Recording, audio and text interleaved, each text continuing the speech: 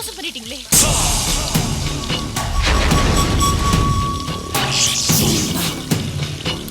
ரங்கநாயகி அம்மா வீட்டுக்கு தெரியக்கூடாதுன்னு தானே உங்ககிட்ட சத்தியம் வாங்கினேன்.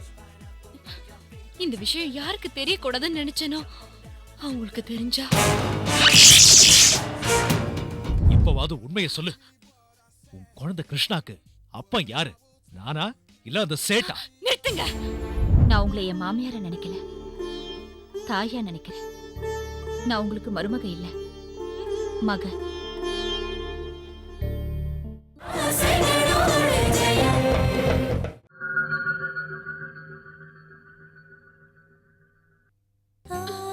நான் இருந்து நடத்துற கௌசியோட கல்யாணத்திலேயே இத்தனை பிரச்சனை. உன் கல்யாணத்துல நான் இல்லைன்னா இப்ப இப்படி எல்லாம் பேசுறேன். இப்படி எல்லாம் பேசாதீங்கப்பா. நீங்க தைரியமா இருங்கப்பா. அக்கா கல்யாணம், என் கல்யாணம் எல்லாம் நல்லபடியா எப்படிமா தைரியமா இருக்க முடியும்? இதுவரைக்கும் அத நம்புதலை சொன்ன நல்லது எதுவுமே நடக்காம இருந்தது இல்லையாம்மா. நல்லதெல்லாம் நடக்கும்போது கெட்டதும் கண்டிப்பா நடக்கணுமேம்மா. எந்த காரணத்தை முன்னிட்டும் இத கௌசிக்கிட்ட சொல்லிடாதம்மா. ஒரு உயிர் போய்தான் தனக்கு தாலி ஏறணும்னா அந்த கல்யாணமே நேக்கு வேண்டான்னு சொல்லிடுவாம்மா. என்ன ஆனா ஒண்ணுமா, அந்த ஜோசியர் சொன்ன மாதிரி உயிர் பலி நடந்து அது நானா இருந்த கௌசி கல்யாணத்தை பார்க்க முடியாதேம்மா.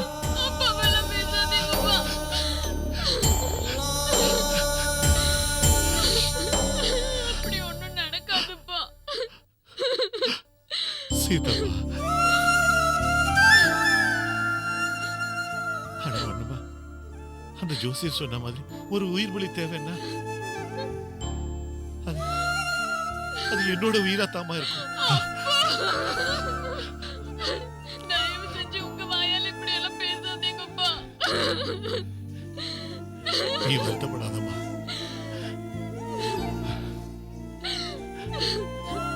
எது நடக்கணுமோ அது நடந்தே தீருமா.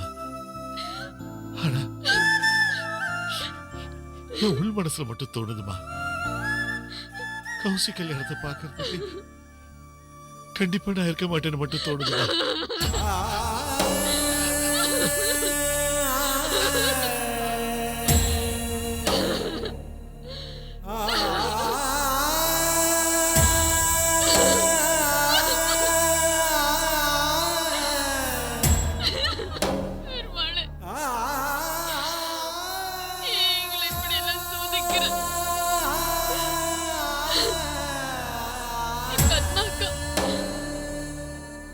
வசதியான இடத்துல வாக்கப்பட்டாலும் அவ்வளவு சந்தோஷமா இல்ல. என் மூத்த அக்கா வைஷ்ணவி வசதி வாய்ப்பு இல்லைனாலும் அவ்வளவு சந்தோஷமா இல்ல. என் மூணாவது அக்கா கௌஷிக்கு கல்யாணம் ஆக போறது. அவளையாவது சந்தோஷமா வை பெருமாள். எங்க அப்பா எங்களை அம்மா இல்லாத குறைய தெரியாம வளர்த்த. அவர்தான் எங்க தெய்வம் மாதிரி. அவருக்கு எதுவும் ஆயிடக்கூடாது. பெருமாள் நோக்கு சேவை செய்யற அவருக்கு நீ சோதனை கொடுத்துடாத. எங்களால தாங்கிக்க முடியாது. தாங்கிக்கிற சக்தி எங்களுக்கு கிடையாது. அவருக்கு ஏதாவது நான் எடுத்தனா எங்க 4 பேரால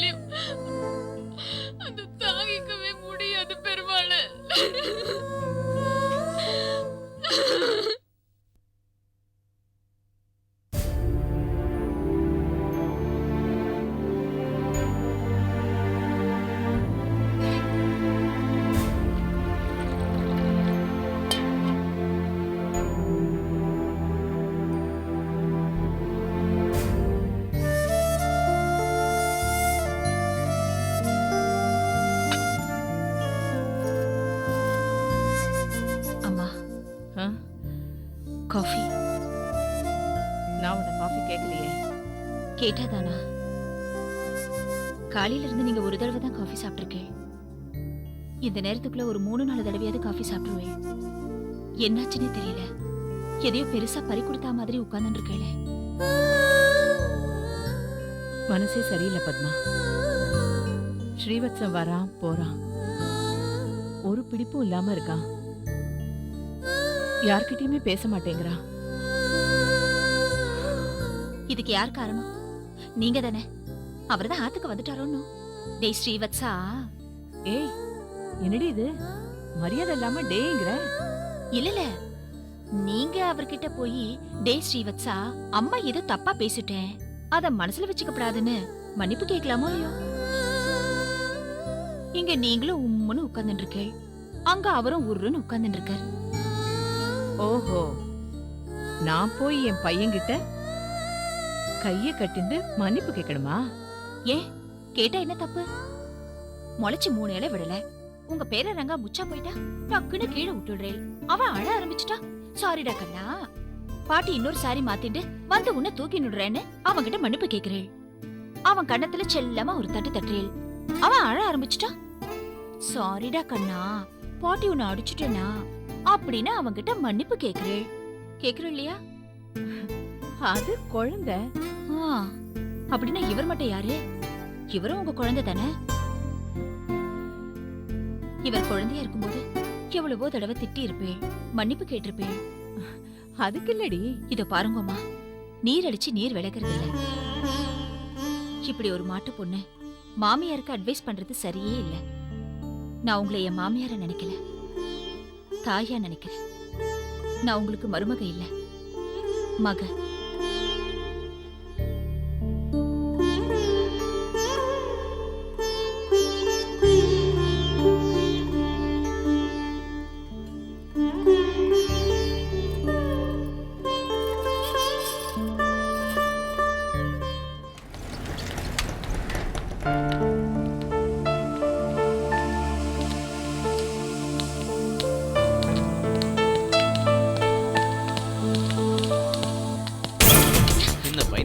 நீதானா? இத பாரு. என்னது?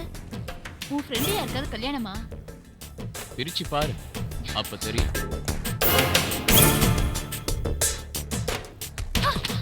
என்ன என்ன உன் தங்கச்சி நினைச்சியா இல்ல எதிர நினைச்சியா? என்ன நித்யா, ஏன் இப்படிலாம் பேசுற? பின்ன என்னோட பேர் இருக்க வேண்டிய இடத்துல அந்த கௌசல்யா பேர் போட்டு பத்திரிக்கை பிரிண்ட் ஆயிருக்கு. அது வெக்க இல்லாம நீ வேற கொண்டு வந்து காமிக்கிற. இந்த உலகத்துல எனக்கு முதல் எதிரி அந்த கௌசல்யா கூட இல்ல, நீதான். என்னமோ எதிரின்னு நீ விளையாட்டு கூட சொல்லிடாதமா, என்னால தாங்கிக்க முடியல. நீ எதிரி மாதிரி தானே நடந்துக்கிற. தங்கச்சி ஆசைப்பட்ட மாதிரி சஞ்சயை கல்யாணம் பண்ணி வைக்க முடியலையே அப்படின்னு நீ வருத்தப்பட்ட மாதிரி தெரியலையே. சஞ்சயோட கல்யாணம் மேல எல்லாத்தையும் நீயே இழுத்து போட்டு செஞ்சிட்டு இருக்க. எனக்கு நல்லா தெரியும்னே, உனக்கு நான் முக்கியம் இல்ல, என்னோட ஆசைகள் முக்கியம் இல்ல. உனக்கு முக்கியம் இல்ல அந்த சஞ்சயோட பணம் மட்டும்தான். அந்த பணத்துக்காக அவனுக்கு நீ அடிமையா கூட இருப்ப, அந்த ராஜரத்னத்துக்கு மகனாவும் இருப்ப. ஆனா என்னால உன்ன மாதிரில முகமூடி போட்டுட்டு வேஷம் போட முடியாது. நான் அந்த ராஜரத்னத்துக்கு மகளும் இல்ல, அந்த சஞ்சய்க்கு தங்கச்சியும் இல்ல. நான் ஆசைப்பட்டதெல்லாம் அந்த சஞ்சய் தான். அவனை பத்தி பேசி பேசி அவன் மேல எனக்கு நீதான ஆசையை வளர்த்த. இப்ப திடீர்னு அவன் இல்லன்னு ஆயிட்டா என்னால பொறுமை இருக்க முடியாது. என் ஆசை, என் மனசு, இது எல்லாத்தையும் மாத்திக்க நான் தயாரா இல்ல. ஆனா நீ ஈஸியா மாறிட்ட. சஞ்சயோட கல்யாண வேலைய அலையிற தெரியுற. நேரத்துக்கு வீட்டுக்கு வரதும் இல்ல, நேரத்துக்கு சாப்பிடுறதும் இல்ல. வீட்டுல நான் இருக்கிறதையே மறந்துட்டு கல்யாண வேலைய அலையிற. உன்னை பொறுத்த வரைக்கும் சஞ்சய்க்கு கல்யாணம் நடக்கணும், அவன் முதல்ல போற வரைக்கும் எல்லாம் செய்யணும். அப்பதான் உனக்கு நிம்மதி. அது வரைக்கும் நீ மாப்பிள்ள தோழனா, ராஜரத்னத்தோட மகனா, பணத்துக்காக நல்ல நடி.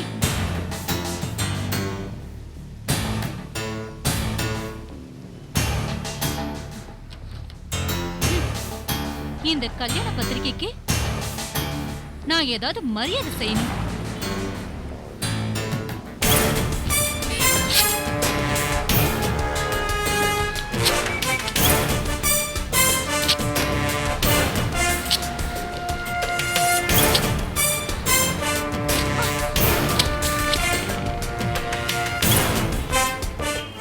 பத்திரிகைய நீ கிழிச்சு தூக்கி போட்ட மாதிரி சஞ்சய் மேல இருக்கிற பாசத்தை நீ தூக்கி போட்டாங்க.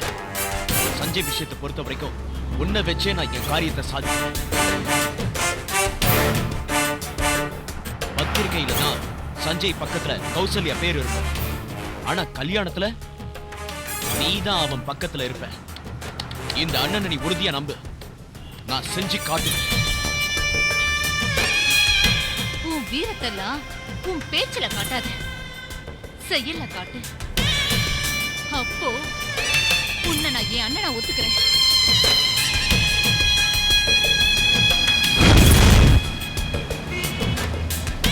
காட்டுறமா, செயல்ல காட்டு. வைஷ்ணவி, வைஷ்ணவி, வைஷ்ணவி. மாமா நான் இங்கதான் இருக்கேன். அது சரி. அம்மாடி வைஷ்ணவி, காஃபி எல்லாம் கேட்கக்கூடாது. ஜலம் வேணா கொண்டு வரேன். ஜலம் இருக்குடி. ஜலம் எங்காத்துல கூட தான் ஜலம் இருக்கு. ஆத்துல கூட தான் ஜலம் ஓடுறது. வரும்போது குளத்துல கூட தான் ரொம்பவே வழியிறது. அசதியா இருக்குடி. உள்ள போய் கொழு கொழுன்னு ஒரு டம்ளர் மோர் கொண்டாயே. அது சரி, உங்க ஆத்துக்கார் தாயத்தை கட்டிட்டு இருக்கணும் இல்லையோ? கட்டிட்டு இருக்கிற மாமா. ஏன் மாமா இந்த பணிக்கர் தாயத்து நிச்சயமா வேலை செய்யுமா? என்ன அப்படி கேட்ட? பணிக்கர் மந்திரிச்சு கொடுத்து தாயத்து கட்டின பல பேரை நான் பார்த்திருக்கேன். பயங்கர கேடியா இருந்தவன்லாம் கட்டின பசு மாதிரி முடங்கி கிடப்பான்.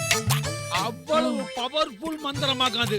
ஓஹோ, ஏதோ மாமா அவர் திருந்தினா சந்தோஷம்தான். நீ வேணா பாரு, பய தங்க கம்பியா ஆயிடுவான். அந்த தங்க கம்பியை நாம திருட போறோம் பாரு. ரொம்ப சந்தோஷமான விஷயம் சொல்லிருக்கேன் மாமா. உங்களுக்கு நான் மோர் கொண்டு வரேன். கொழு கொழுன்னு மோர். மோர் கொண்டு வரேன், குடிங்கோ. புரிஞ்சு கொடுத்து போ.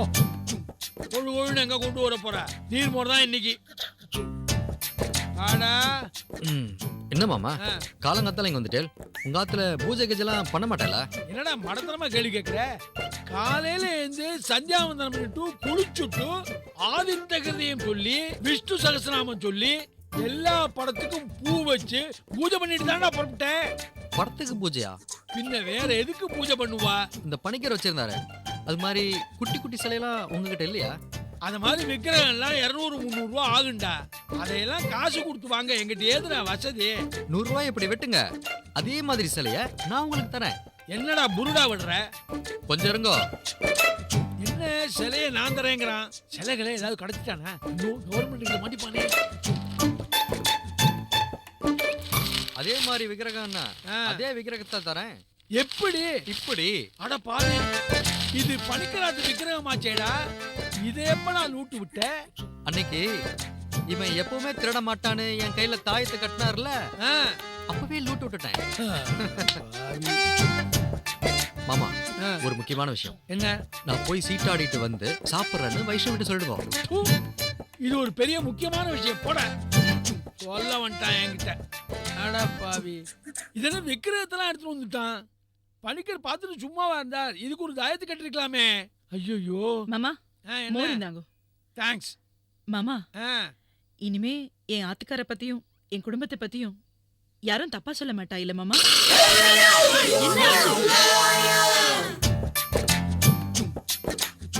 பாரு, எனக்கு அந்த நம்பிக்கையே இல்லம்மா.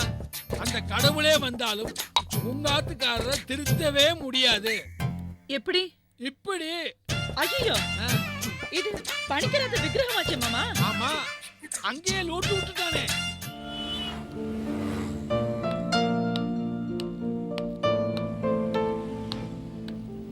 யாருப்பா கொடுத்தது? சஞ்சய் சார் கொடுக்க சொன்னார். நன்றிப்பா.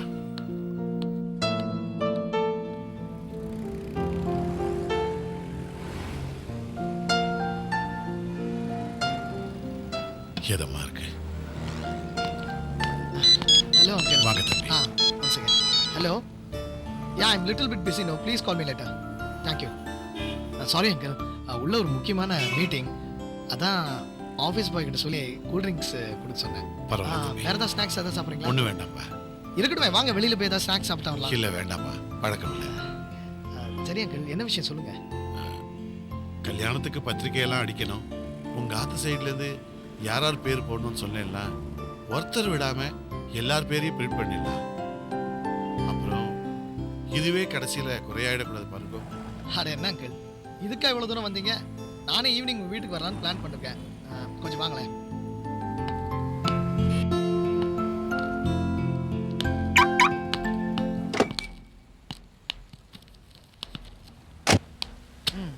இந்தாங்க அங்கிள் பத்திரிக்கை. எங்க வீட்டு சைட்லயோ உங்க வீட்டு சைட்லயோ யார் யார் பேர்லாம் போடணுமோ அதெல்லாம் போட்டு இரு வீட்டு அழைப்பா இதில் பிரிண்ட் பண்ணியாச்சு. உங்க மூத்த மாப்பிள்ளை கோதண்டம், உங்க ரெண்டாவது மாப்பிள்ளை ஸ்ரீவத்சன், சம்மந்தி வீட்டு பேர் கூட பொண்ணு வீட்டு சைடில் பிரிண்ட் பண்ணியாச்சு. அதனால நீங்க எடுத்துட்டு போய் கொடுக்க ஆரம்பிக்கலாம். உங்களுக்கு எதுக்கு தம்பி சிரமம்? இதுல சிரமம் ஒன்றும் இல்லை அங்கிள். நீங்க ஒரே ஆளா கல்யாண வேலையா அலையிறது எனக்கு ரொம்ப கஷ்டமா இருக்கு. நியாயமா உங்க வீட்டில் இருக்கிற மூத்த மாப்பிள்ளை கோதண்டமாவது உங்களுக்கு உதவியா இருக்கும். அவர் இல்லை. ரெண்டாவது மாப்பிள்ளை ஸ்ரீவத்சன், அவராவது உதவியா இருப்பாருன்னு பார்த்தா அவரும் இல்லை. பாவம், நீங்க ஒரே ஆளா எவ்வளவு வேலையை தான் இழுத்து போட்டு பார்க்க முடியும்? வாஸ்தவம் தான். உடம்புல சக்தி இருக்கிற வரைக்கும் மற்றவங்களோட உதவி எதுக்கு நாடணும்னு தான் நான் அதுக்கு விரும்புறதில்லை. இது உதவி இல்லை, கடமை. இனிமே தனியா கஷ்டப்பட வேண்டாம். கல்யாண வேலையா நான் ஆளுங்களை அனுப்பி வைக்கிறேன், அவங்க பார்த்துப்பாங்க. அப்பப்பா நானும் வந்து பார்த்துக்கிறேன். ரொம்ப சந்தோஷம். சரி, பத்திரிக்கை சரியா இருக்கான்னு செக் பண்ணீங்க. சரியா தவறாடு பார்க்கறதுக்கு இது பரீட்சை பேப்பர், வாழ்க்கை ஒப்பந்தம். நான் வரேன். இருங்க அங்கிள், உங்களுக்கு கம்பெனி கார் அரேஞ்ச் பண்ணுங்க, அதில் போங்க. எதுக்கு தம்பி? அங்கிள், இப்போ நீங்க சஞ்சயோட மாமனார். ஆக்சுவலா ஃப்ளைட்ல போனோம், இன்னைக்கு கம்பெனி கார்ல போங்க. கோபால், சொல்லமா துளசி, என்னதுக்கு வர சொன்னேன்? என்ன சேட் விளையாடுறீங்களா நீங்க? பணம் கொடுத்து பத்திரத்தை மீட்டின விஷயம் யாருக்கும் தெரியக்கூடாதுன்னு தானே உங்ககிட்ட சத்தியமே வாங்கினா? நம்மள என்னமா பண்றான்? சேட்டனை வேணும்னு சொன்னா சொல்லு. நீங்க வேணும்னு சொன்னீங்களோ வேண்டாம்னு சொன்னீங்களோ, பாலாஜி மேல சத்தியம் பண்ணிட்டு பத்மா கிட்ட போய் சொல்லிருக்கீங்களே. அம்மா, அது பெரிய இடமா, சேட் அங்கே லட்சக்கணக்கில் டிரான்சாக்ஷன் பண்றான். பெரிய இடமா இருந்தா சத்தியத்தை மீறிடுவீங்களா? அது இல்லம்மா, அந்த வீட்டு பொண்ணு பத்மா அவங்க வீட்டுக்கார மேலே சந்தேகப்பட்டா. சேட்டுக்கு வேற வழி தெரியல, அதான் பத்திரத்தை துளசி மீட்னதா சொல்லிட்டேன்.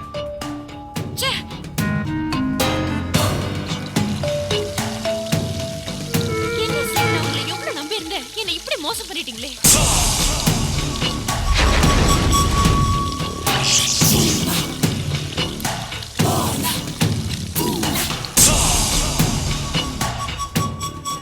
இந்த விவகாரம் ரங்கநாயகி அம்மா வீட்டுக்கு தெரியக்கூடாதுன்னு தானே உங்ககிட்ட சத்தியம் வாங்கினேன். இந்த விஷயம் யாருக்கு தெரியக்கூடாதுன்னு நினைச்சேனோ அவங்களுக்கு தெரிஞ்சா அதுக்கு சேட் என்னம்மா பண்றான்? நீங்களே ஏதாவது பேசி சமாளிச்சு. ஆமா, உங்களை நம்பி நான் ஏமாந்துட்டேன். இது நான் எதிர்பார்க்கவே இல்லை. இதுக்கு தான் பொம்பளைங்க விவகாரத்தையே சேட் வேணான்னு சொல்றான். ஓகேம்மா, ராம்ஜி, முல்சந்த் கிளம்புறான்.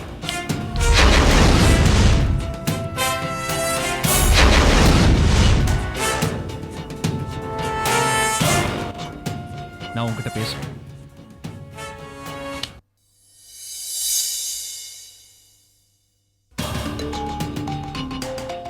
இப்ப அந்த சேட்டுக்கிட்ட சொல்லிக்கிட்டு இருந்தீங்க, யாருக்கும் உன் விஷயம் தெரியக்கூடாதுன்னு நினைச்சியோ அவனுக்கு உன் விஷயம் தெரிஞ்சாச்சு. ஏண்டி, உனக்கு வெக்கமா இல்ல? 4 பேர் முன்னால பப்ளிக் நடமாடுற ஒரு ஹோட்டல்ல உன்னை நம்பிக்கிட்டு இருந்தேன், என்ன மோசம் பண்ணிட்டியேன்னு கையேந்தி பிச்சை கேட்கிற மாதிரி வாழ்க்கை கேட்டுட்டு இருக்கியே, உனக்கு வெக்கம் மானம் இல்ல? நாக்குல நரம்பு இல்லன்றதுக்காக எப்படி வேணாலும் பேசலாம்னு நினைக்காதீங்க. ஆமாம், பேசுவேன், அப்படிதான் பேசுவேன். உன்னை பத்தி யார் யாரோ என் காது பட அசிங்கமா பேசினாங்க. ஆனா அதெல்லாம் என் மனசை உறுத்தினாலும் காதால் கேட்பதும் போய் கண்ணால் பார்ப்பதும் போய் தீர விசாரிப்பதே மெயின் சொன்னதை நம்பி உன்னை விசாரிக்கிறதுக்கு முன்னால அது தேவையில்லைன்னு உன் வாயால பேசினதை என் கண்ணாலேயே பார்க்க வச்சிட்டியே. அவசரப்பட்டு வார்த்தைகளை கொட்டாதீங்க, அப்புறமா அள்ள முடியாது. போதண்டி உன் பசப்பும் நடிப்பும். இந்த பார், நான் பெரிய குலத்துல பிறந்திருந்தாலும் ஜாதி வித்தியாசம் பார்க்காம உன் கூட பழகின பாரு, உன் மேல உயிரியை வச்சிருந்தேன் பாரு. ஆனா நீ பொறுப்புலையே கேவலமானவன் நிரூபிச்சிட்ட. உன்னை பத்தி யார் என்ன சொன்னாலும் என் துளசி பவித்திரமானவன் நினைச்சிட்டு இருந்தேன். ஆனா நீ பவித்திரமானவ இல்லடி. போதும் நிறுத்துங்க. துளசிங்கிற பேரு ரொம்ப பவித்திரமானதுதான். ஆனா அதை வச்சுக்கிட்ட நீ பவித்திரமானவ இல்லடி. முதல்ல உன் பேரை மாத்திக்கோ. ஒரு குழந்தையோட பிறப்பு அந்த தாய்க்கு தான் தெரியும்னு சொல்லுவான். இப்பவாவது உண்மையை சொல்லு. உன் குழந்தை கிருஷ்ணாக்கு அப்பா யாரு? நானா இல்ல அந்த சேட்டா? நிறுத்துங்க.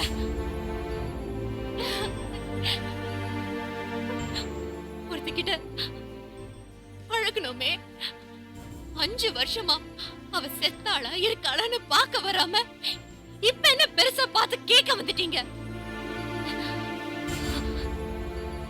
என்னது? யாருக்கு பிறந்தா நான் கேக்குறீங்க?